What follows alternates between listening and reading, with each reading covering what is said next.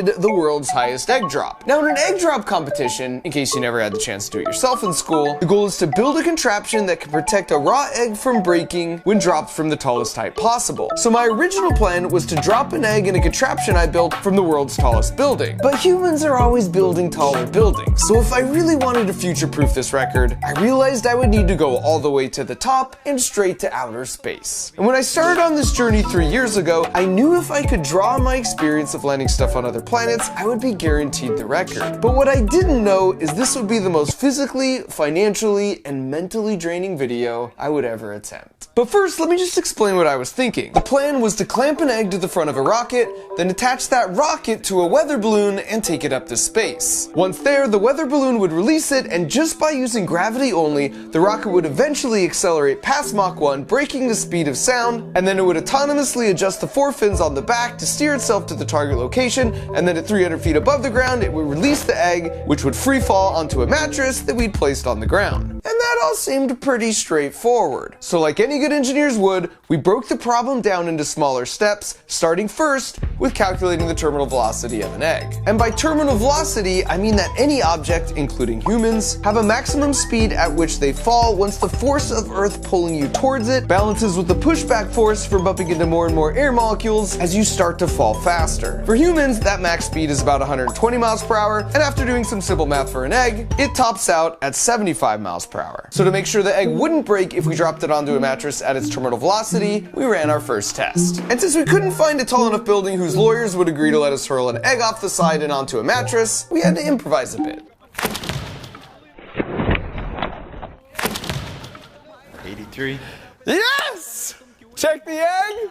No cracks. So our mattress will protect an egg even if it's traveling faster than its terminal velocity. That's a good start.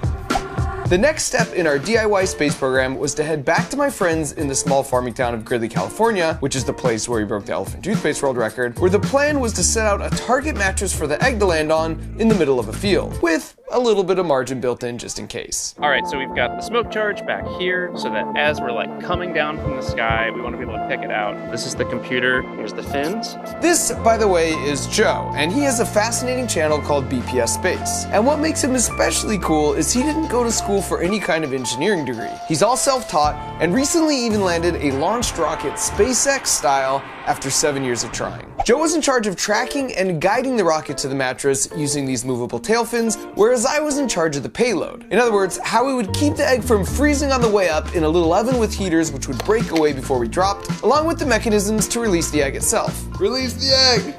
And the purpose of this first trip to Gridley was a flight characterization test. Basically, before we spent all the time and money taking the balloon all the way up to space, we were here just to do a low altitude test at 10,000 feet, just to prove to ourselves we could steer the rocket using the fins. We're setting all sorts of world records out here. World's largest mattress, fastest egg, Yep. tallest egg drop. What could possibly go wrong? Besides like 4,000 things. And so with everything more or less in place and ready to go, all we needed now was an official egg, which thankfully Gridley has in abundance. Hi. I'm sorry. This is terrifying. Okay. Oh, no. Hey.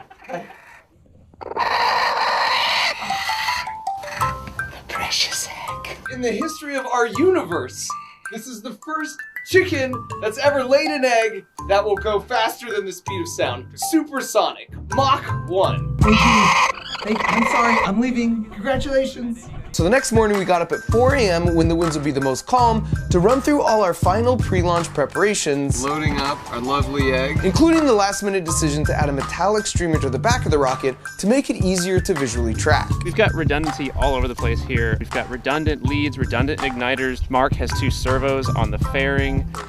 No dumb failures. And that's exactly when we had our first dumb failure. All right. The GPS is mad.